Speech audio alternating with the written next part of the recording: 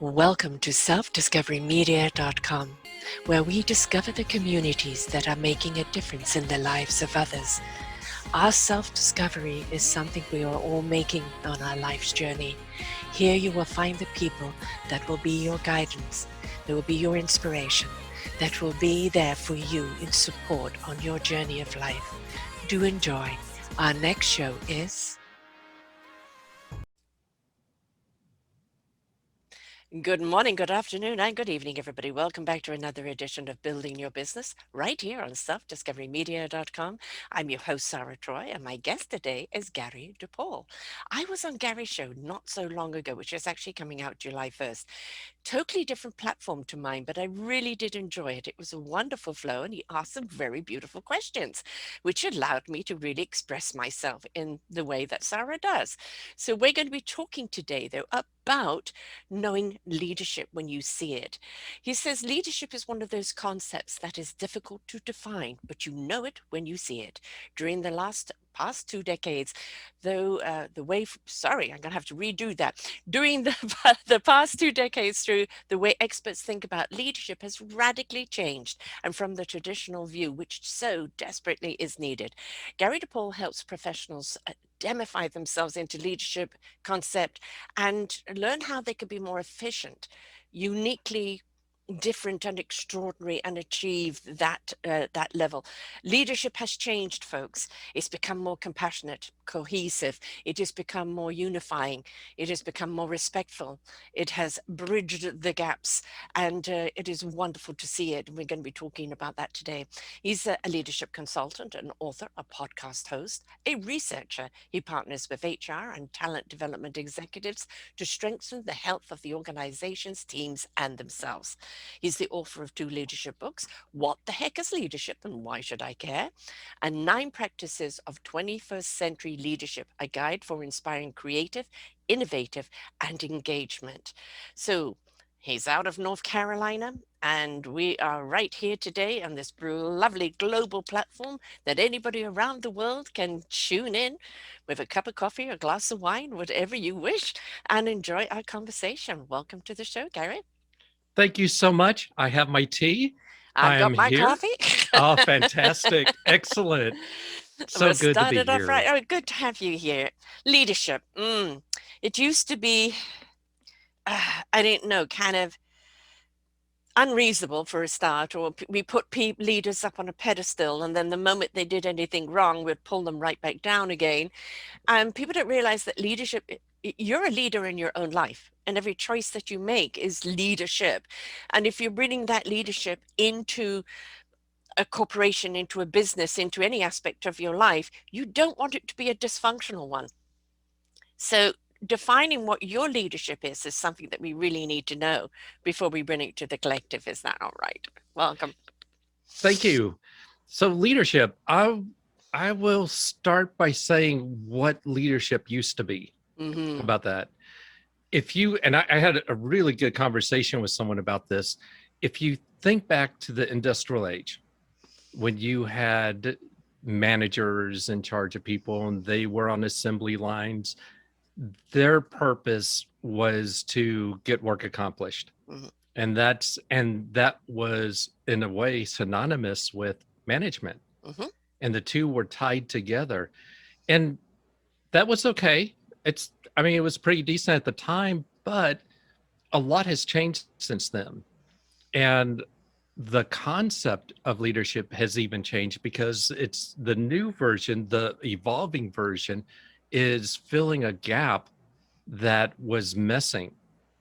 So when I talk about leadership, it's not how I personally defined it. It's how several authors in the 21st century, David Marquet, Marshall Goldsmith, Simon Sinek, who I just mispronounced his last name because I found out it's not Sinek, it's something a little bit different. Uh, even and it even goes to uh, James Collin, John Maxwell, just to name a few, but they've all developed this concept. And I'm sure you've heard of servant leadership. Mm-hmm. That is, it's the buzz of the day, or it was of the last decade. But now leadership has a very simple meaning. It's different from getting the art of getting things done through other people, which is a nice definition for management, and it still is a good definition for management. But leadership is helping other people. It's not about you. It's No. not about me. Mm, It's about other people and helping them mature mentally and morally, or putting it another way, helping them build character. mm. I always say Very simple. inspiration. I say inspiration begets invitation. And when a leader inspires other people to want to step up, to freely speak, to share the vision, to want to be a part of something, that collective, it's inviting people to step up. When we look at the people that inspire us, it's like, what kind of leader are they? And you'll generally find they're quite, they're very, very much immersed in their belief of what they're doing, right? Whether a good leader or a bad leader, Hitler was a bad leader, but he was a leader nonetheless, right? He managed to manipulate people through his enthusiasm. So you've got the other people that are creative. You have obviously Steve Jobs, although he was a terrible manager, he certainly inspired people in leadership. You've got Microsoft, Bill Gates, whatever vaccine rumors are Mm. going on around him, he still was a leader. Um, uh, I always forget his name. Virgin. Oh yeah, Yes, yeah. yes. And he's definitely an inspirational leader because he leads by example, but he loves to incorporate. For him, it's about building the family and everybody being a part of something. There's always somebody that we look at in life and we go, we like their leadership style because they are inclusive. As you said, it's not about them. Worship me. I'm on the gold throne. It's about, I'm excited about this. I believe in this, and I'm inviting you to join it. Bring me your instrument to my orchestra and let's play music. And that type of leadership is very intoxicating, isn't it? And I think it really gets people to really immerse themselves into it and generally be very loyal because of it. Yeah, you don't have to own a business to No, lead. no. You can be a manager, you can be an individual contributor. And if you're a team member, if you're not managing the team, you can definitely lead the people around you and give them purpose and helping them find their purpose. Hmm. Hmm. And the other thing I like about leadership, it's bi-directional, meaning that while I am helping other people develop and grow mentally and morally, they are helping me do the Hmm. same. I've heard people that do mentoring say similar things, like uh, Bill Brown, who's retired, and he said, "I get more out of mentoring than the mentee gets out of it." Yes. I've done about 2,000 shows now, and it's been the greatest therapy, wonderful self-discovery. Um, and I've learned so much about myself by, talking to other mentors, their sharing of their products, etc.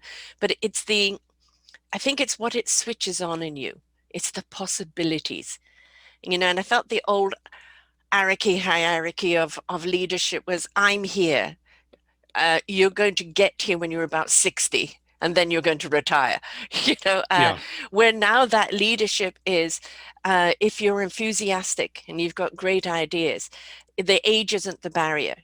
Even the experience isn't the barrier. It is that enthusiasm and how energetic you are bringing it to the table, and being able to see the possibilities and make a difference. So I feel that it's opened up so much more to everybody else's dialogue and not just, the boldies around the table. I think you'll like this. I talked to someone recently who said he joined a church group, and he was like the youngest person there, and he said something, doesn't matter what it was, but someone came up to him afterwards and said, "What you just said," and this was like a 70-year-old man talking Hmm. to a 20 some odd younger man. He said, "What you just said was at the right time in the Mm. right place in Hmm. my life, and it's changed. Actually, it's changed what I'm going to be doing moving forward." And and a lot of times people will do that. They'll say something and they don't even know that they're modeling the Yes. behaviors. They don't know their Mhm. influence and and the change that they make, which is, I think, a beautiful part of just being leading and being a good person. Being true to who you are and why you're Yeah. doing it, right? I had a young guy, 23, out of Iraq. Um, he had to study in Poland. It was the only university that would take him because of his nationality, and his passion was waste management. It was an ecology show, and it's like I want to change my country, not just the waste product, but the waste of life and the passion. I don't know what temperature it was in over there, but it was extremely high. He's wearing a suit and tie. It's an hour and a half conversation, and it's the amount of people that, I mean, I never quite know how many people listen, because there isn't always the statistics there, but on the video, how many people have actually listened to this. And I said to him, you're a born leader. And the reason why he's a born leader is because the sheer enthusiasm and the commitment to bringing solutions to the table, and just inviting people in with that aura, with that passion. It can't help but shake people out of their complacency, all right, or this stagnancy that is there, and go, oh, I guess there is another way of looking at it. I guess there are other possibilities. The well hasn't dried up. And that kind of enthusiasm is so intoxicating, isn't it? And, he doesn't look at himself as a leader, but by the sheer presence of who he is and the passion, he has become one. Yeah, let's talk a little bit about the challenge of why we need leadership. When you wake up in the morning, if you're, and this is my passion, this is why I do what I do. When you Sorry, wake I've up got a in, hummingbird right down my window there. oh, how I wonderful. know. Lovely. They are, and they make a beautiful sound that I just love. When Mm. you're outside, once you hear it, you know it, and it just catches on. And Yes. there's the tail. There's the tail. We have the birdies over here and the pussycat over here. Clear that there's a vibration going out. Hello, I hello, hello. I think the hummingbird got his attention. Yes. But but imagine, this is, when I say this is my passion, this is what doesn't happen. People in corporate America, in particular, my audience, they don't wake up and say, man, I can't wait to get to the office. I can't wait to get online. This is exciting. I'm looking forward to interacting with my colleagues. I'm going to make a change. But they also don't say, today's the day I'm going to make everyone's life miserable. I'm going to be as gruesome as I can. But here I had this conversation yesterday with Barry Shore, who's the ambassador of joy. And Barry is talking. He said, here's what they do. They wake up, not all of them, and they hear Jaws, that theme music, Mm. and they Brum, dread, brum, yes, brum. you got it. Yes, they dread going to work. Yeah. And a lot of it is dealing with challenging people who have challenges in their own lives that end up acting out at work. Um, and part of it also is not realizing how much choice we have, Yeah. and how we present ourselves to the office or to the work site or the workplace or whatever it is. It can make a huge difference. And when we're able to overcome jaws and we present ourselves in the first scenario, it brings a higher purpose. Yes. But don't you find that, I mean, I don't know how many people I've interviewed who've either had the cosmic two before or the tap on the shoulder of redirect. And they go, maybe six figures. I may be up there, in the company, but I'm utterly miserable. I'm not doing what I love. I'm not doing something that really means something to me. And so you've got so many people in that higher position, and they've worked their entire lives to get there, and they can't walk away because of the prestige, the money, the this, the that, and everything else. But they just simply don't enjoy their work anymore. The passion isn't there. And how many of them as I said, I spoke to you before, heart attack, this, that, etc. Something comes along to, can you hear me now? Tap, tap on the shoulder. I'm redirecting you. And then they've gone into doing something that they're truly passionate about. And it's changed their lives completely. It's changed the lives of everybody around them. And they're suddenly in their meaningful purpose, and everything, and the money isn't anywhere near the same, but they're more enriched and more abundant than they've ever been in their lives, and they're more inviting because of that joy of what they're in. So I think we as people along the line, we have to look at it and go, if it's a Jaws type, you know oh, going to work, like, if that's the way you feel, maybe it's time for change. And you're never too old, and it's never too late to change. Never. Yes. No, it is never too late. And the only time it's too late is when you're not Dead. functioning. Yes, you're dead. Essentially, that's when it is. A lot of it comes down to between two words. And this was definitely my life when I started out in corporate America. It's living by chance. Mm, And what I mean by that is a door opens and it's in my face and I mhm, go through it or I don't go through it. right. It's when things are presented to me when I was young in corporate America and I just followed the path, but I was not making the choice.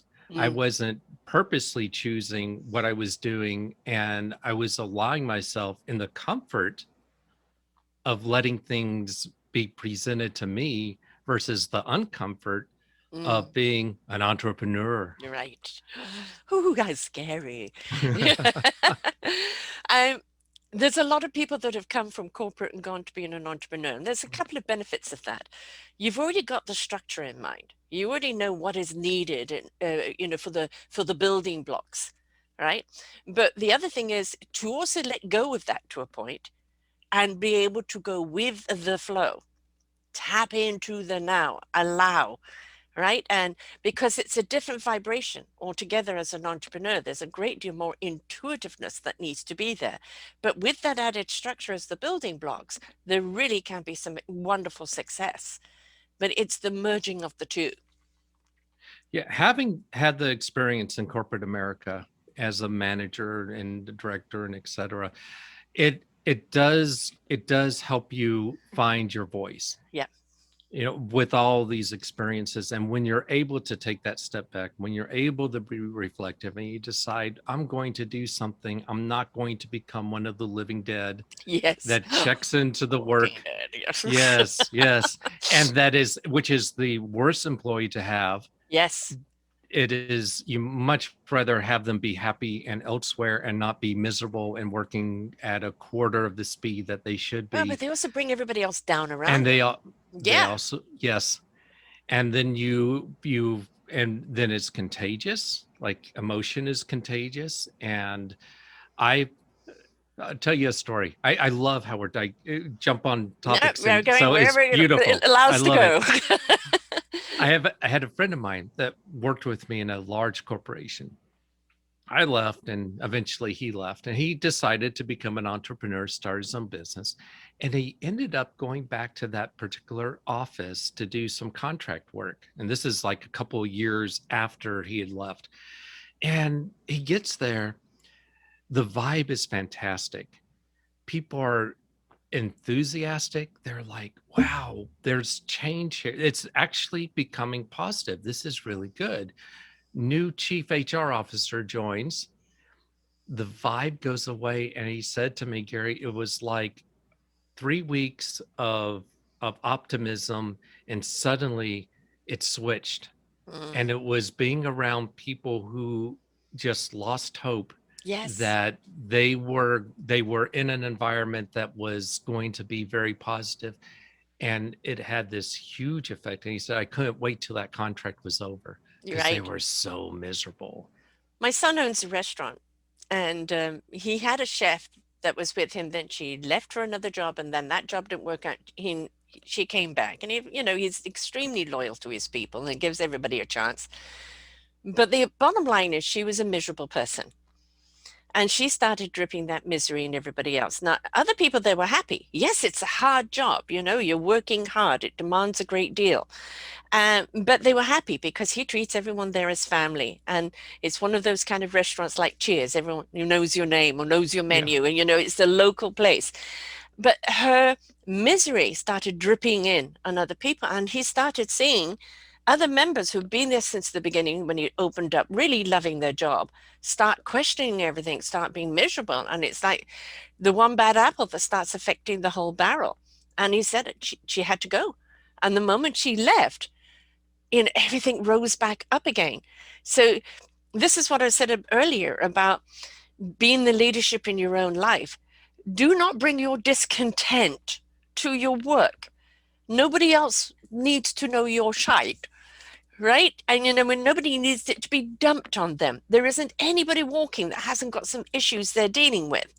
Now, you may make a friend or something else that's a great sounding board, and the two of you together can kind of work through some things. But your discontent with life needs to stop at the door, and you need to come in with a different attitude, because otherwise it can bring everyone else down. It can bring everyone else down, and I bet the food when Yes, presented was yes, not the same. right. Yes, she was incredibly salty. I always knew when she was cooking.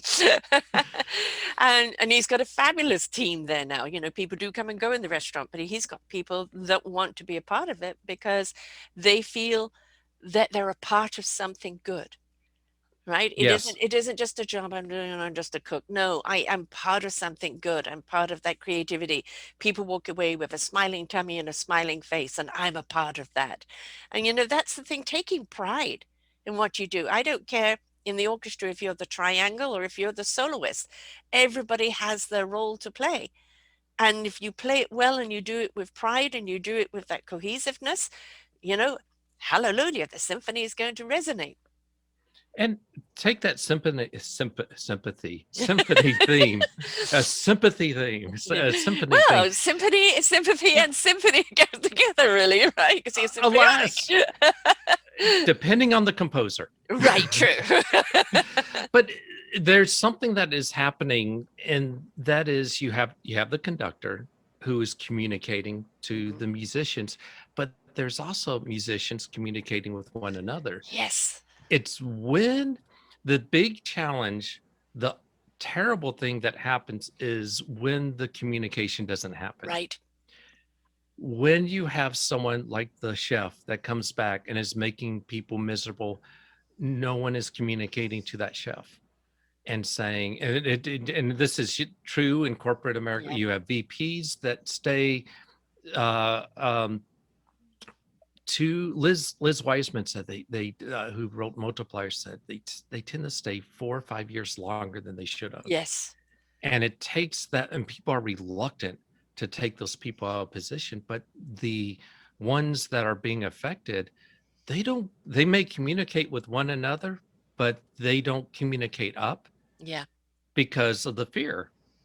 And when you have a situation that's very dysfunctional, that's toxic, it is so difficult to talk to enablers that oversee that person, talk to that person, because of the amount of risk involved you're right. Yeah, and the total fear of doing that. And if you and I were working together, switching the situation again, and something tragic happened in your life mhm, and you chose not to share it, we're going to see it, all of us colleagues. But if you say, and this is encouraged by the really good managers, is if you say, today I am having a terrible time, my son is sick, uh I did not win the lottery, I mean, whatever it is, but let people know that I'm being affected in this way, it's affecting my work, and whether it means taking time off or just having to talk to someone about that in the office, and this, oh yeah, that is awful, but people are aware that you're having a difficult time and they treat you differently, and you're compassionately. not, yes, and you're not, and you're not negatively affecting them in the way that would have been misinterpreted. Right. I'm going back to my son again, actually, because I just had the Oh, most good. wonderful weekend with him. In his restaurant, November will be 4 years. And for a new restaurant, it's always establishing. He wanted to expand. He's waiting for the city and a whole lot of obstacles in the way. And then at the time COVID started, he snapped his Achilles. So he's in Mm. a plaster cast, right? And the news come and interview him because they like him. What are you going to do? Well, we're going to do takeout. So he's at the cashier taking phone calls and things like this with his leg up in a plaster cast, right? Roll on how many times in the last 15 months, open, close, open, close, open, close, and the rules changing. And he had to, in order to maintain staff and maintain business, he had to kind of think out of the box. So he would create meals, ready cooked meals that people could pick up and take, and for any special event. He's broken records. When with the actual dining room being closed, outside maybe being open, but he's broken records just by doing that, by being innovative. But he and his girlfriend recently broke up, and she's now suddenly engaged. So, and To it kind someone of else. to someone else. Yeah. And it's like, uh, everything kind of came crashing, the exhaustion of working 7 days a week, the whole management of staff and this and that and COVID and everything else. Um, and he became completely vulnerable. And he's actually said to his staff, look, I'm in a little, it was actually the girlfriend getting engaged where they kind of just suddenly looked at it and they realized somebody made him a beautiful card. Somebody wrote him a poem. Others say, Ty, don't worry, we've got this. Go and take time out. Go and do what you need to do. Because he was in that leadership role, carrying everyone. But you've got to realize at some point your shoulders aren't big enough. And if you're breaking underneath that weight, and you can completely collapse. Well, if you've got a good system in place, they can carry you. But if you haven't, everything else can come crumbling down. So leaders need to ask for help, need to show Mm. that they're human, need to show, look, this is going on in my life. Please work with me right now. I'm going through a dark time. Same that you give to your staff need to give to you. And this is compassion. This is, I think, compassionate leadership, because when you respect the troubles that other people are going for, and I call it the village mentality, the village is Mm. only as strong as everybody participates in it. That includes the village idiot. Everybody has a role to play. When something tragic happens, the village is there for them. When something wonderful happens, the village is there for them. And that village is strong because everybody's there for each other. That in itself is leadership, isn't it? Being there for each other. Yes, and enabling them to lead as much as you. Yes. It's Yes. not it's not the manager who is in charge, who does all the performance reviews and make sure all the work is signed. That sure, that's management, but leading can happen in so many different Yes. ways. And I'm going to tag on what you were just saying and talk a little bit about someone who wants to become better at leadership with what, and I'm going to take what you just said in mind.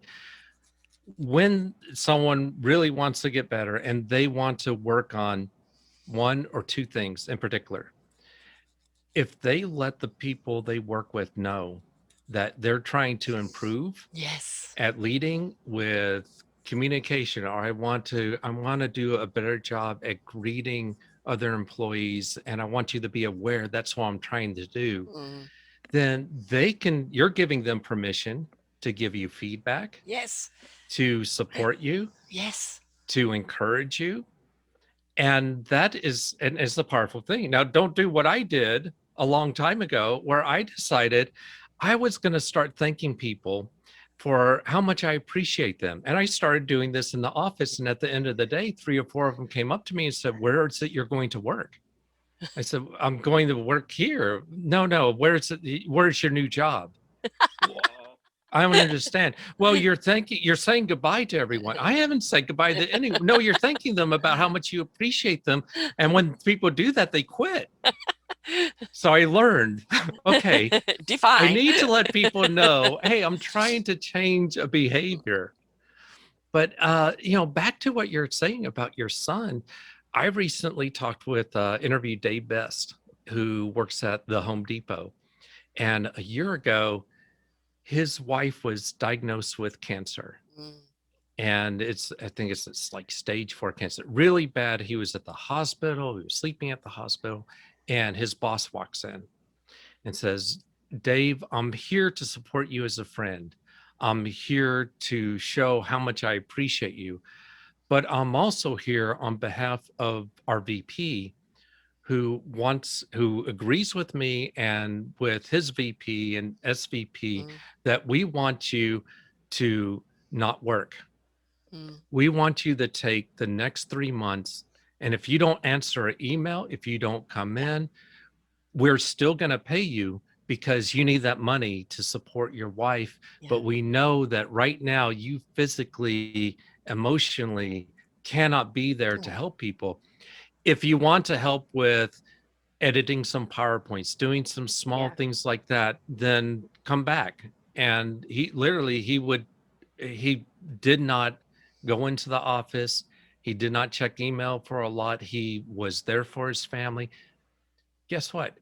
He feels not only is he loyal to the company, but the company is getting him tenfold Yes. because he wants to do well for the company because the company is believing in him, supporting him, and he wants to give back to that company because of that. You know, the way that works is that what are we working for? We're working for our families. We're working to have life, to enjoy life. Now we want to enjoy our work, but that's that amount of hours. Then there's these amount of hours where we're with family, friends, etc. If in a time of crisis you can't spend time with your family because of work, oh no, you're going to lose your job and you have to choose. I think it's sinful Yeah. because this is when we should be, the village should be around that person going through that. And then in that recovery, as they come back, as you said, their loyalty is there. They're a part of a family that cares. They're going to give their all back into it because not only do they want to keep that job because they take care of their own, but that appreciation shows validation. You know, you Yes. are worthy. We respect you. We understand what you're going for. We're there, with you. That is just simple, humane compassion, which we have not seen too much in past business, but we're seeing more and more now. And I think is seeding so much more growth and so much more loyalty and work ethic in other people because you show you're not just a signature on a check and a job clock out.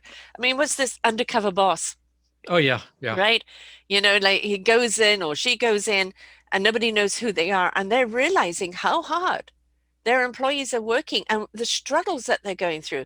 And up in their little ivory towers, making all these decisions, slice and dice, cut corners here and there, which are lives, they don't realize the effect on those lives until they're in the trenches with them. And I think all the rotation should be there. When you get up to the top as a CEO, whatever, back down to the bottom for a refresher course. Yeah. And the other thing is there are if you're in management, there are so many crucial moments that occur. Mhm. It could be when someone notices if you're in a doctor's office, you don't wash your hands when you're a doctor, and you don't wash your hands, Yeah. and a janitor reminds you you didn't wash your hands. That's a crucial moment. It could be the doctor lets out and sip toward that person, and that triggers a chain of effect, Yes. or that doctor turns, thank you. Yes. And that triggers a chain effect. When Yes. Dave Best went to went on leave, so to speak, it wasn't just him that knew he went on leave, it was everyone around him. Yeah. They saw what was going on, and that affected them as well in a positive way, that this company really does care about people.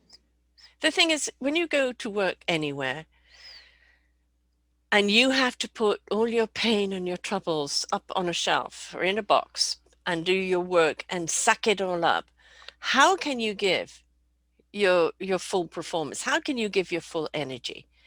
And if you're going to work through troubled times and people say, look, we're there for you. If you need to take a moment or you need to take a day off, we're there for you. Again, I think it's respect. I think it's a value of who you are as a person. It's a validation of the work that you're putting in. And it shows that in all of us being human, absolutely everybody is vulnerable. And we're all going to have those vulnerable moments. If we allow people to have those vulnerable moments and help them go through it, they're not only going to be stronger people themselves, but they're going to remember those that stood by them. And it makes for a stronger community, whether this is in the workforce or in the private force. It just makes for a stronger community. And from all the shows that I've done, and I know you've done as well on your podcast, is we're seeing this wonderful change of approach. How many people I've interviewed that have run companies or, being the consultants of this or that, and it is about the compassion now. See, compassion, pussycat comes back on light. The cat Very knows good. compassion. Oh, you're so beautiful. It is about the compassion and understanding we're all human. And in this last year and a half, we've all gone through this. The amount of change, there's a wonderful Celtic room called Haglas, and it means disruption. Mm, And, before you can have clarity, you have to have disruption. And, part of the universe shaking us up to wake us up right now, to stand up and change it up, is this disruption of the old, of what's not working. And we've looked at who are our heroes right now. The janitors in the hospital, the truck drivers, the frontline food workers, the frontline carers.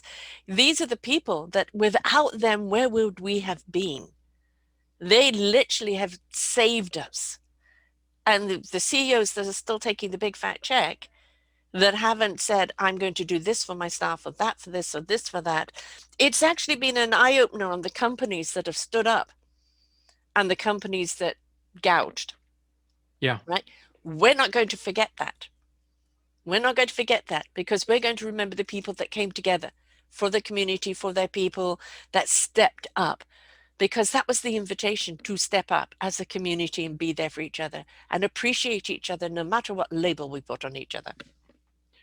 Yes. And no matter who you are in the village of your business or wherever, it's anyone can lead, anyone can do the small acts that Mm, have huge consequences and chain effects. And, a quick example, Patrick Ward during the pandemic when it started, he actually was one of the few people that realized in February, March of last year what was going on and how drastic it was going to be. And so when they went remote, and they were partially remote as it was, when they went remote every day for 30 minutes in the morning, he would get with his team virtually and they would just talk. They would talk about their struggles, what they're mhm. seeing, how they're feeling. It wasn't a therapy session, but it was just able to express how difficult. Addict. Hmm. Yeah, yeah. A year later, and it comes to performance review times. They all communicate to them that 30 minutes a day Yeah. saved their lives. Yes. Yes. And Yeah. it's yeah, and it's if you're in management, if you're not in management, even if you just say thank you. Yeah. I saw what you did Hmm. on that job. I wish I could do that kind of work at that quality. And maybe one day I will, but I wanted to let you know how impressive that was, what you did for the client, for the customer, whatever. And just being able to say that and just say how much, just recognizing people. I noticed that you came in early today to take care of that problem, or came in early and saw someone struggling, Hmm. Bob struggling with something. You went over there on your own time and helped him. And it meant a lot to me. And when we can acknowledge that, Yeah. acknowledge when we struggle, it changes the game and it becomes infectious, and it shows what true leadership can mean when we do that. It's saying, I see you. You're not a droid. I see you. I appreciate you. Getting back to my son. Yes, I'm toting my son here. Friday mornings at 6 o'clock before opening the restaurant, he has a yoga session. Hmm. All of the staff, who anyone wants to come, it's just a way to de-stress, a way to connect in before the busy weekend, and just that kind of support. And like last Friday, I was over there and we had a impromptu bonfire night after work. Somebody bought a bonfire pit. It was pouring with rain. We had some beers and pizza, and just everybody just, the staff just like chatted and laughed and just were together. And he does that quite often. I think that it just lets people know that you're not just a working number, that you're a part of this business. You are the bricks in the wall, right? And we want to know that it counts. We Yes. want to know it counts. We're giving you 8 hours or more or whatever every day. And we want to know that what we do is seen and it counts and you see it and you see us, because otherwise it feels like a waste of 8 hours a day. You may get this piece of paper with a number on it, but it doesn't ever feel enough because you never feel appreciated. If you're appreciated and you're seen and you're valued, suddenly your paycheck feels so much more. Yes. And as I said, if you're part of a team and the company's not showing that Yeah. appreciation, you can change the culture in your team by just showing appreciation for the people you work with. But don't you And think that a good leader also has to do the work on themselves as well? oh yeah. It's you're not infallible. You're human as well. Stuff happens to you. You're going to go through your own stuff. It's okay to say to people, I look, I've just recently had this problem. Who else has had it? Should I get somebody in where we can address it and be in the room in that course, along with the people, with everybody having that same problem? And I'm so glad we've got that cleared up. We now know how to support each other, right? It's been, not you're up here, but you're a part of them, flaws and all. And I love the word flawsome because we're all flawsome, Yes. right? We really are. And but if you're showing your vulnerability, it just makes people look at you as real and makes people want to step up and be a part of your business because you're treating them as real. Yes, yes, definitely. There's a leadership principle that has just been amplified in the last 2 decades, and it's just all the principles are so simple. They're secrets because they're so obvious. People don't understand them. Mm-hmm. But the one I'm thinking of is if you're going to need, you need to continuously improve on how you lead and you as a person. So that means that you work on yourself, you find out your weak spots, you talk to people, you make mistakes, you let people know you make Own mistakes. them, own You them. know, yes, Yes. own up to it, and there's a definite linkage between leading and learning. I don't think that you can effectively lead and help people grow and mature mentally and morally if you're not learning through the process as well. I know it doesn't make for good movie making because, the corrupt person fingers in the cookie jar, or the conspiracy and all of that makes a really good thriller, but Yeah. we want to see it on the screen. We really don't want to see it in our workplace. Yes, yes. So let's do small acts of kindness Yes, and be appreciative of those around us and learn from them as they learn from us. that's what community is about. Do not go in there thinking you know everything. You know a certain amount through your own experience, your own training. But do not look at somebody else and think, they're lower level, because you have no idea what they've got to give until you give them permission to say, share, right? And they could have something that is just so simple and so mind blowing, that is so beneficial to that company. And, if you're putting yourself in a position where your word is the last word, then it's not invitational of all the solutions that are flying around. Yes, you cannot tap into the brilliance of your village Yeah. unless you welcome that and allow them to be innovative. And to be innovative, you have to make it safe for them to be able to express what they're experiencing. And you have to it starts with you to Yes. show that expression, to And get that and to going. let people know that no idea is too silly, because Mhm. it's something that might be absolutely outrageous. What you do is reverse engineer it. Gosh, I would love to do that, but it's so outrageous. But how could we make it happen? And that's when the heads come together, of taking this. way far out idea into something that could be a reality. And it's saying to people that dream, dream big, right? Dream those possibilities and let's see if we can make them happen, if they're viable or not. But never dismiss a dream. Yes, it's not necessary to do it the way I want it. Right. Yeah. The way I think of it, if I'm managing a team, we're in a ballpark, and all I need to do is say, guys, get a hit. But you Yes. decide how you do it. Yes. I'm not going to tell you how to do it. You make it happen, and you'll find creative ways to get those hits, to run the bases, Right. and make it home. Right. Home plate. Yeah. As they say, there's no I in team, right? Yes. But you do have to bring your I to the team. Yes. That's the point. You've written 3 books. Are they all still available? Yeah. Okay. They're all available on Amazon. 2 of them are on leadership. You mentioned the titles in Mm. one breath, mind you, which is very difficult to do because they're so long. And I've written a third book in between the 2 books on on clinical training Mm. and the most effective and responsible ways to train people in a clinical setting, particularly in medicine. So it's all about that And what's the title of experience. that book?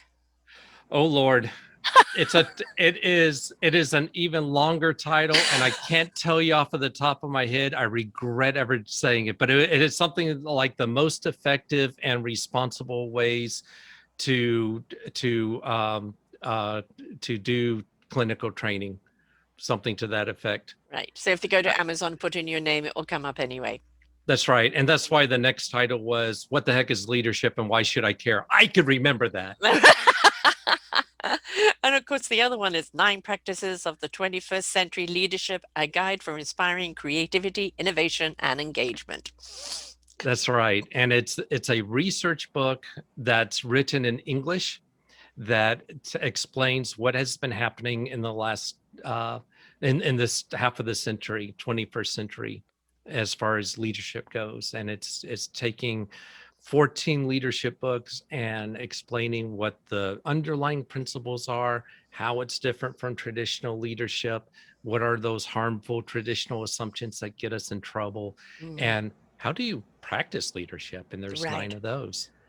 I'm a 70s chick, so that was my era, and I was living in South Africa at the time, Oh, a very misogynistic yeah. world at that time, and that Haglas disruption thing. I seem to be one of those people, unknowingly going in, changing systems by kind of Hmm. pointing them out. They were happening to me, and somehow I would just innocently disrupt something, shake up the apple cart there, but it did make them look at things in a different way.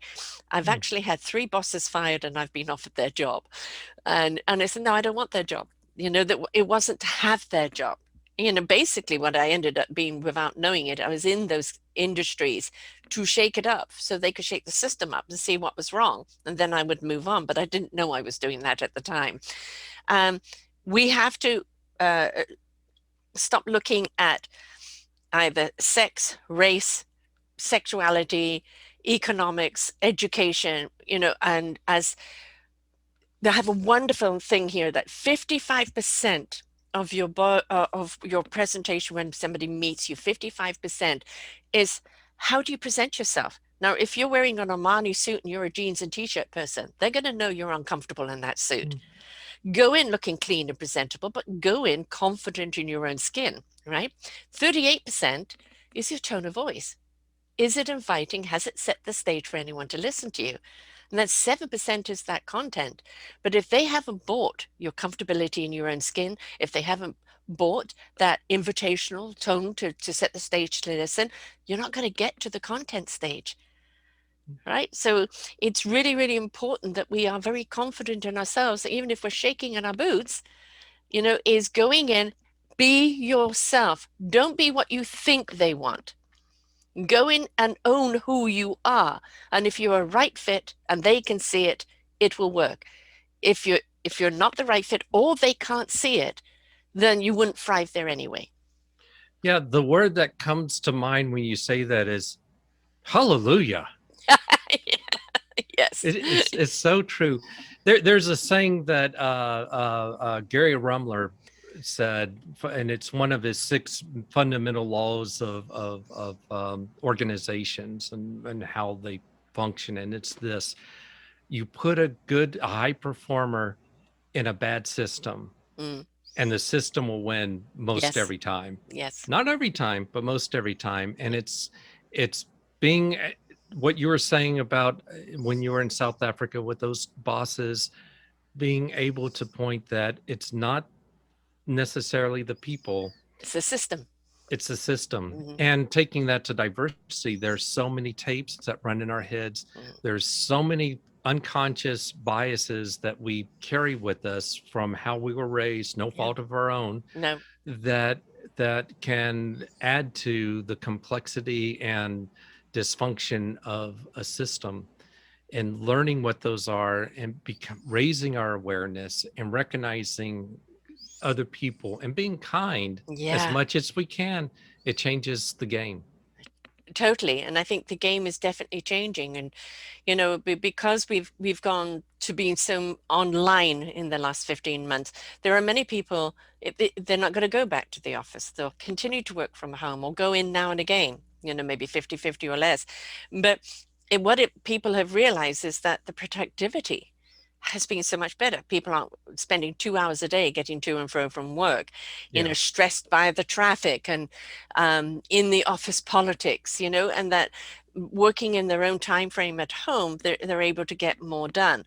And I think we're seeing such a shift in the businesses. We're already seeing business buildings being converted into Yeah. either, group shared offices, where people you can book the Yep. office for the day, or even convert it into apartments because already they know that they're not going to need that 10,000 square feet anymore. And we're in that transition right now, and it's kind of navigating what works. But if you're there for your employee and you see they're producing better X, Y, and Z, why rock the boat? Yeah. Right? If Just they're happy encourage. with that Yeah. situation, then and they're productive. Yeah, Yeah. exactly. Yeah. So I think we're seeing such a difference right now. And again, this last year has really brought us together in needing to be compassionate for each other, needing to respect each other, that every single person has been affected by this in one way or the other. And Yeah. there's no comparison, we're not competing against each other. But, I think the pandemic we're going to see now is the depression, the post-traumatic stress coming out of this. And the more and more the need for kindness and compassion towards one another. And that healing is going to set precedence on those that survive and those that don't. Yes, especially with frontline workers. Yes, yes. I've interviewed a couple of them, and they just say that having to be by somebody's bedside as they die because the family can't be there. And it's like, that may happen to you maybe once or twice in your whole career. And now it's a daily Five, occurrence. ten Yeah. times a day. Yeah. Yeah. And one of them said, once this is over, I'm not going back to nursing. I can't do it anymore.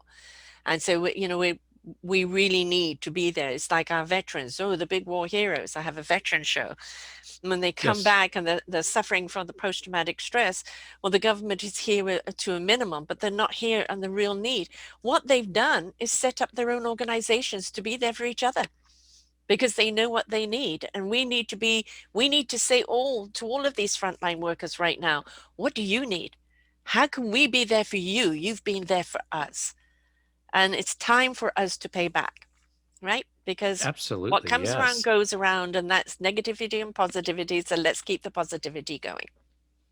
I cannot add anything to that. That was well said and articulated. Very nice. So right now you're consulting yourself. So in whatever way, Zoom or going into Yes. companies or whatever else. So and you're helping the organizations pretty well kind of organize their own leadership in there. So how do you do that, and what kind of companies do you work with? Any industry. And a lot of my time is split actually like 50-50. So 50% of it is doing leadership development type stuff. 50% maybe just helping with specific training. I mentioned I was working with a nuclear engineer Yes. on I've learned more about thermal fatigue and crack corrosion than I've ever wanted to learn in my life. Yes. Do I need to know that? Yes, do I need the exactly? I've helped develop onboarding programs. I've helped recently helped a company with their management onboarding. They've recognized that What is they're onboarding for us that are yeah. immigrants? So onboarding is not orientation. Onboarding is thinking about the transition from being hired Mm. to being a full functioning employee.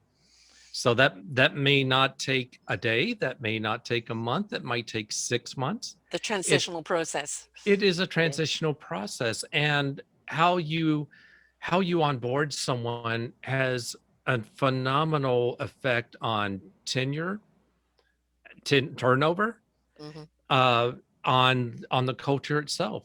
Yeah. So it's communicate. Part of it is communicating how your company leads, what your culture stands for. It is in connecting people, networking with existing people that are there. It's doing a lot of things to invite and celebrate the new employees Right. for being there and coming up the You want them to feel they can lay down their roots, that they're yes. a part of the company. But, not only is the job new, everybody else is new, the system is new. There's that whole transitional period of getting in there and kind of adjusting, and not everybody adjusts like that. Mm. Some people take a little longer, and it's not about, well, hurry up and adjust. No, we forget that attitude. It is about, okay, if you've got questions, if you feel uncomfortable, if there's something that no question is too silly, if it makes you feel uncomfortable, if it makes you comfortable that you can be on board, that you can start really immersing yourself into this is what we're here for, right? Yeah, Because then you've sir. got an employee that is going to be there for a long time. Yeah, and you actually captured it earlier, and that is when you onboard someone. I'm paraphrasing. When you onboard someone, you're saying to that person, "We hired you, and we value you, and Mm, we want you here, and we yes. want your brilliance." Yes. Please And when share. you, yeah, and when you communicate that, and you see that it's for real, what you want, your goal is to get them to say, "I made a good decision. Yeah. I'm really glad I'm here." There's two words that I don't have in my own life anymore, and that's comparison and competitiveness. When you compare all the time, you're always going to feel less. Or in some people's ego, they're going to feel more superior. Yeah. Uh, it isn't comparison with anyone else. The only comparison was with yourself yesterday, right? This competitiveness, I've got to outbeat, out this, out that. It's not friendly, it's not inviting, it's not communicative, it's not teamwork. Now, there's always going to be somebody in some situation that will rise up over the others because that's who they are, that kind of leader. But it's got to be to rise up and invite up, not rise up to stand out at the cost of everyone else. So, knowing who we are and how we are in our own personal leadership is important. But those two C's are not in my vocabulary anymore. Yeah. You actually just described one of the biggest challenges of executive boards. Mm, And so when I do work with an executive board, the worst thing that can happen, and here's another Gary Rumler uh, law, when one part of a system optimizes, the rest of the system suboptimizes. mhm. When you have one executive in charge of a business unit that is operating on their own, trying to make their territory, their turf, the best it is at the expense of others, then it hurts the company as a whole. Throws out of And balance. yeah, and Yeah. what executive boards sometimes lose sight of, and sometimes they never have sight of, but sometimes they just lose sight of, is that when they get together, they're functioning for the benefit of the organization. The whole. Yeah. And sometimes you're going to have to give up some of your department, your business unit, to help the rest of the company Yes. grow and excel. So that's another thing that I do is help unify boards and CEOs. And it doesn't have to be CEOs. It could be a department, Mm. a VP with directors. and helping at that level, but getting everyone on the same page, learning how to communicate with one another, and being open and inviting psychological safety, that new hot word, Yes. Yes. words, it makes a difference. I'm also, as I know, I'm weird. I don't think What? money. Did a show yesterday where a witness came in and I fitted right in. But I think if a company only looks at money as the bottom line, they're a very Yeah. poor company. If you look at the enrichment of your staff, of your clientele, you are in abundance, that money will flow in. But any company that's driven only by the money at the expense of the people, then that is a false company as far as I'm concerned, because they're not in it for anyone else but that bottom line dollar. And I think that was so much the way of the thinking of the past. And I think people are, slowly moving over to the other side. Happy staff, happy clientele, more productivity means more money. Yeah. But don't be driven by the money first. Yes, the one of the 13 assumptions, traditional assumptions that I identified was just that, and it goes like this: that profits, op, operational expenses, that even the person who is leader are more important than people. Yes. And that's the false assumption. Yes. And like the Home Depot example, and Yes. Southwest does it too, when you put people ahead of profits and saving expenses, then you will become profitable and you will save expenses. Yes.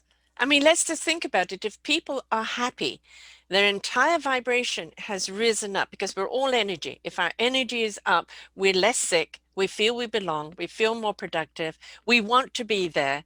Automatically, everything is going to be more fruitful. Right? Everything is going to be more fruitful. But if you were in a place where, oh God, I've only been here 2 hours, it feels like 20, then that discord, that misery is going to be there, and it's going to seep through everything. So happy staff, happy clientele, happy people is going to be very, very productive for your bank account. But you've got the other side of the scale too, where people open something up and they haven't gauged how popular it's going to be, and then they can't meet with the demand, and now they're putting all the stress on everybody to meet that demand. Mm. And it's like, okay, hire people even if it's temporary to meet the demand, right? Don't Yeah. somebody say, I can't do this on our own, it's too much. Okay, hire more people. The companies who have been successful with that specific problem have gone to the employees and said, here's the problem, Yes. help us with the solution. Yes. And there's a book by Charles Duhigg that actually describes a CEO that did that, that a product, a medical product was desperate. I think it was a device was desperately needed, and they needed it all done by the end of December. But there's vacation coming up. And instead of Right. saying, well, we're going to run double shifts, blah, blah, blah, the CEO went to the people and said, how can we do this? And they said, okay, let's do double shifts, but you do my laundry, Yes. you bring in pizza, Yes. you help me with some of my shopping, and we will make it all happen. And it happened. Yes. They exceeded expectations. Yes. And Southwest Airlines, I just mentioned them. This is from a book called Nuts, Peanuts, which is by a Freeberg and Freeberg. It's about this thick, and it's almost like propaganda of Southwest, but there's about 20 beautiful pages in the back on leadership. And in there, the CEO had a problem where he was going to have to lay people off. And the obvious choice, the difficult choice, the other choice was he wrote to every employee and said, I need your help. We don't want to do workforce reductions. Can you save us $5 this quarter in some capacity? And they came up and found ways of Yes. reducing expenses, Yes. reducing costs. Yes. There were no layoffs. So that is, if you're in a company, you're doing a lot of workforce reductions, and I've seen some that just it's like this contagious thing. They do Yeah. one after another after another after another, and it's crazy. But if you're in one of those companies, Find it, let your people tell you an alternative way to avoid having to do a workforce reduction, and give them the opportunity to be creative and innovative and find ways to save the company. You don't have to be a hero. Right. You let everybody else be the hero, right? It's like in times of war, it's in times of like pandemics.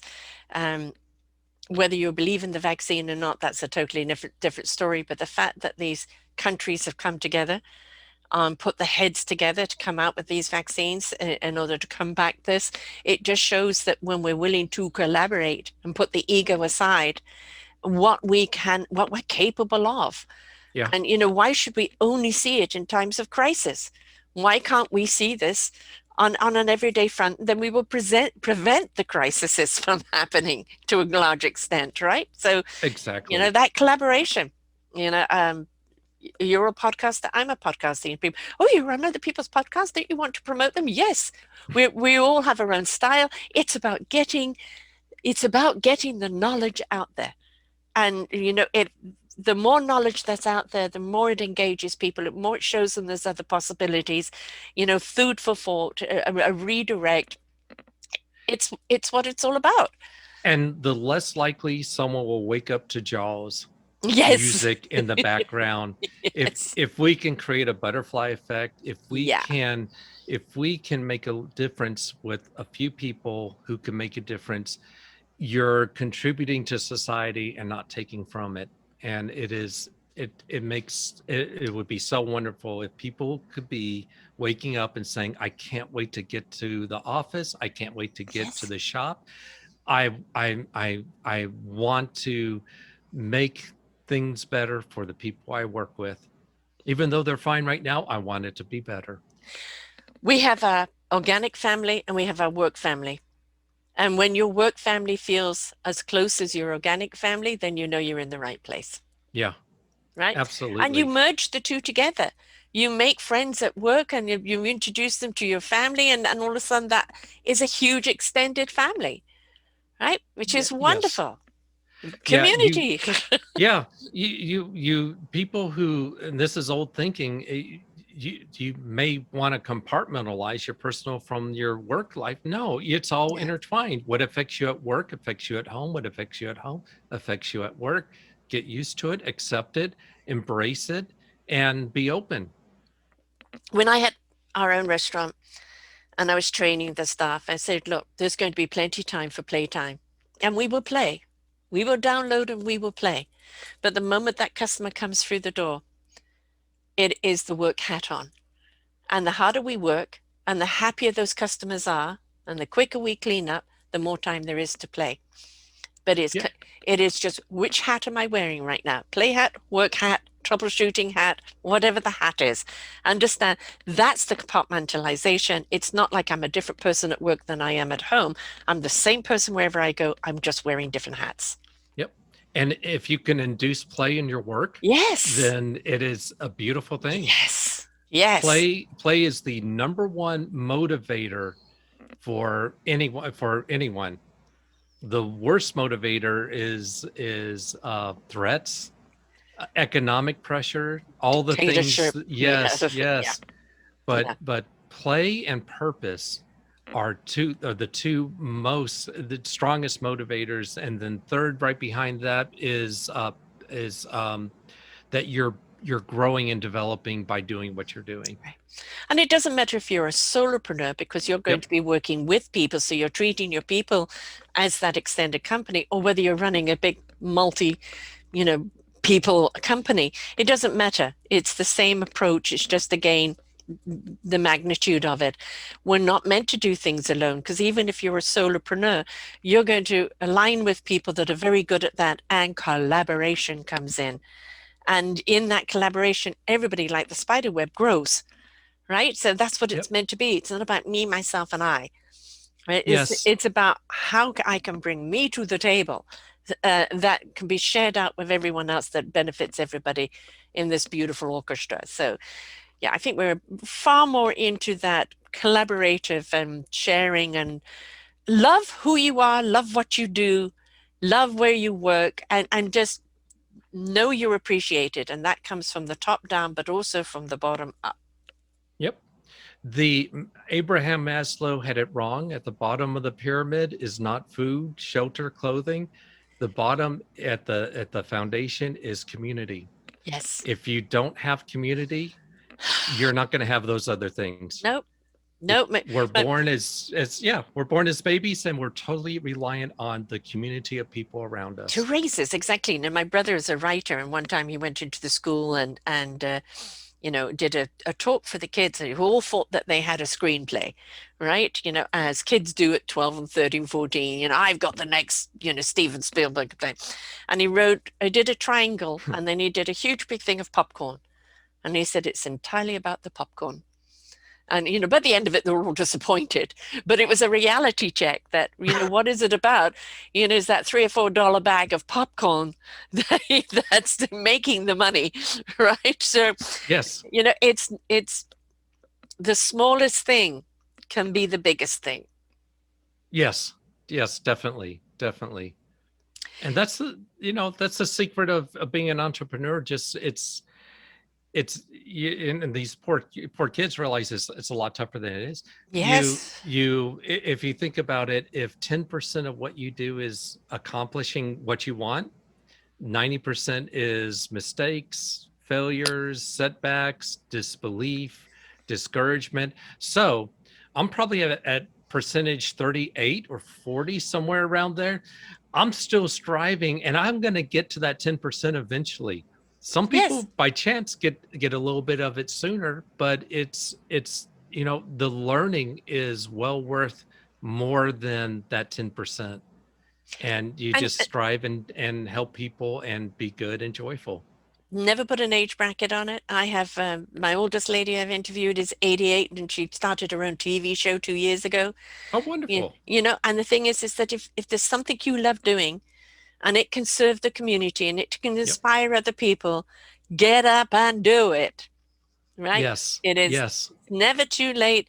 There is no age bracket. And of course, if you want to go to the Olympics, Well, maybe youth is better on your side, and yes. at 70 it might not be, but there's always something you can do. And so don't time yourself out.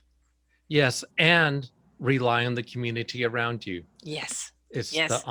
the other entrepreneurs, it's the other people that will help raise you.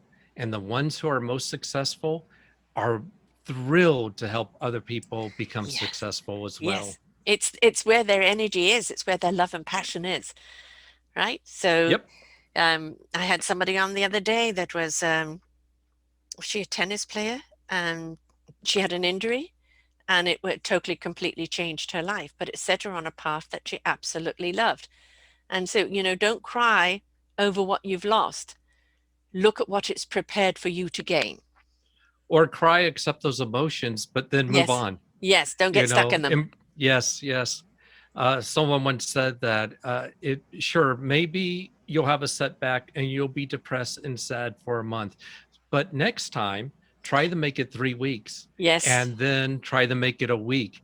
Try to shorten it, allow your emotions happen, and then say, okay, now what do I need to do? Right. Even though I'm feeling like this, and get over it. And maybe you'll get it down to a few hours or a day, Yeah. and you just need to wallow.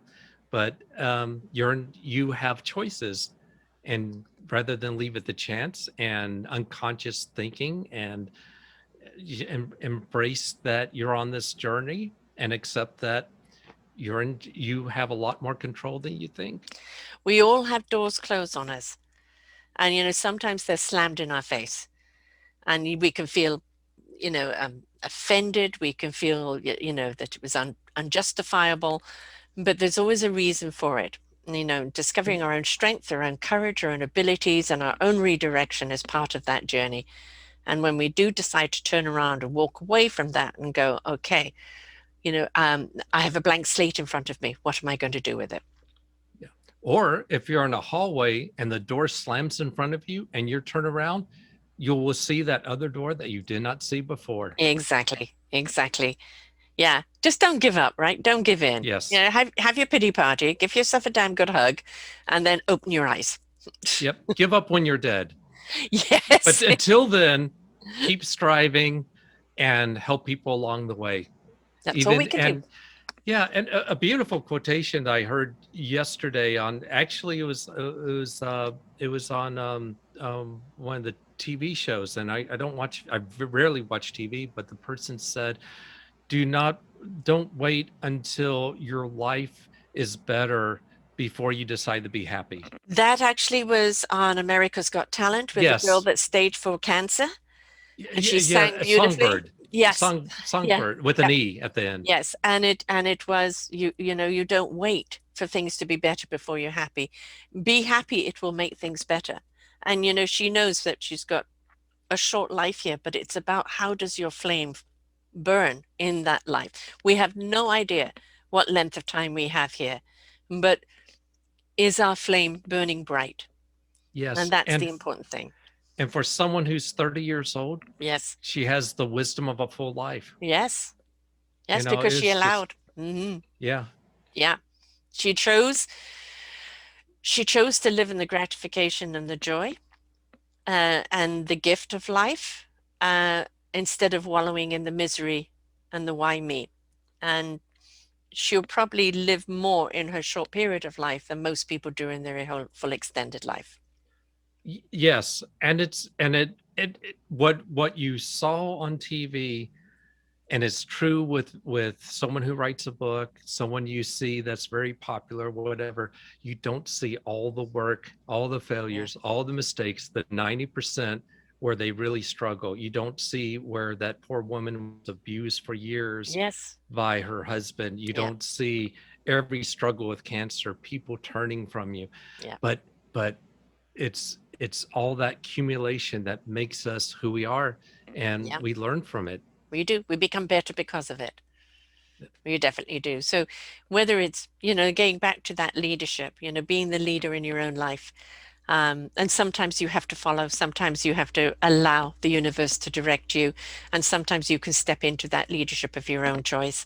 So it's just really being at one with yourself, isn't it? And all you can do in any aspect of what you do in life is your own self-discovery, how awesome you are, how flawsome you are, what your abilities are, and where can you bring it? Where can you bring it that it will be appreciated and then allow it to grow? That's our personal job to bring to the collective.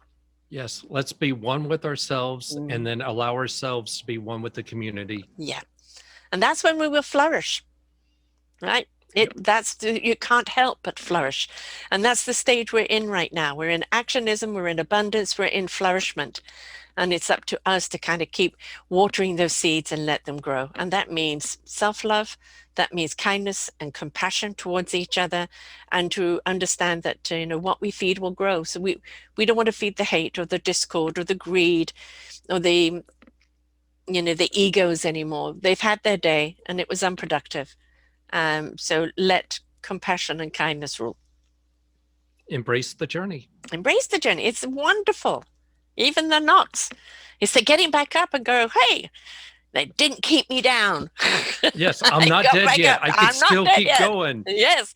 And the saddest thing is those that are so-called alive who are the walking dead. And you know, that is such a waste of life, you know, and it's somewhere along the line you've got to wake up and realize there's still oxygen in your veins. Yes, let's find those people and help them. Exactly.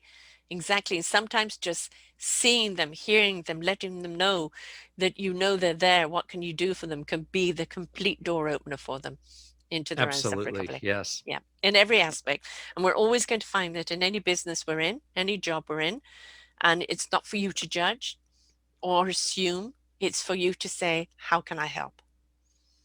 Right? And sometimes Hallelujah. that question is all you need to do. And sometimes it might be just a silent hug. Yep. That's it. So, well, this has been wonderful talking to you. Will you please give everybody all of your links, your website, your LinkedIn, your podcast, how people can listen into that, your blog and your Twitter? Yeah. So the easiest way to do this is my name, Gary A. DePaul, DEPAUL.com, all one word. That's the easiest way to get started. LinkedIn, just do a quick search, Gary DePaul, and you will find me. You will see leadership consultant, researcher. It will pop up. The Twitter is Gary DePaul without an A. And I'm on Facebook. I have a couple of pages there. The podcast is Unlabeled Leadership. It's all about discovering what leadership is, and each episode is a piece to the puzzle. And it's pulling together those unique pieces to come up with something to help people understand what leadership is really about. It's a great thing. Unlabeledleadership.com. And it is also, there's a LinkedIn company page for Unlabeled Leadership as well. Wonderful. And I had the honor of being on your podcast, which I come out July 1st, which I will put on your link here on your page. And it was very, very delightful, very different to the way I do it. But I listened to it because you sent me the raw file and I thought, I really liked the flow of this. It was Yeah. very different and I really liked it. So thank you very much for interviewing me. Thank you for being on the show. Thank you for having me on the show. It's great. Absolutely delightful. Absolutely delightful. And you know, a lot of people think I need my PhD, I need my MBA, I need my this and that to be a leader. No, no, no, no, no. Leadership is something that is within you that you bring to the table, and it doesn't matter where you stem from or what titles you have. That leadership is there just waiting to come out, waiting to be expressed, but lovingly, kindly, and in respect. And it's the small acts that can make the biggest difference. Yeah. It's actually an exciting time, isn't it? Because we're seeing this wonderful shift, and I think we're going to see a far calmer, more considerate, more respectful world because of it. We've got a ways to go, but we're on the right direction. It is definitely an improvement, and the more people that get on board with this, the stronger it'll be. You'll keep going, I'll keep going. We'll reach people daily. Yep. And we can make a difference in the world. Yes. It all starts with us, folks, our own self-discovery. What's our instrument? Which orchestra do we bring it to? How can we be a part of the solution? Right? Because that's what it's all about. It's about your contribution. And everybody has a contribution to give. Doesn't matter how big or how small, it is important. It's part of the energy out there that keeps things moving. So thank you so much, Gary. Been a pleasure having you here. Thank you for letting me improvise with you. I love it. Like jazz. Until next time, folks, remember you are the leader in there. Just embrace the beautiful, divine, flawsome person that you are, because you're here to contribute.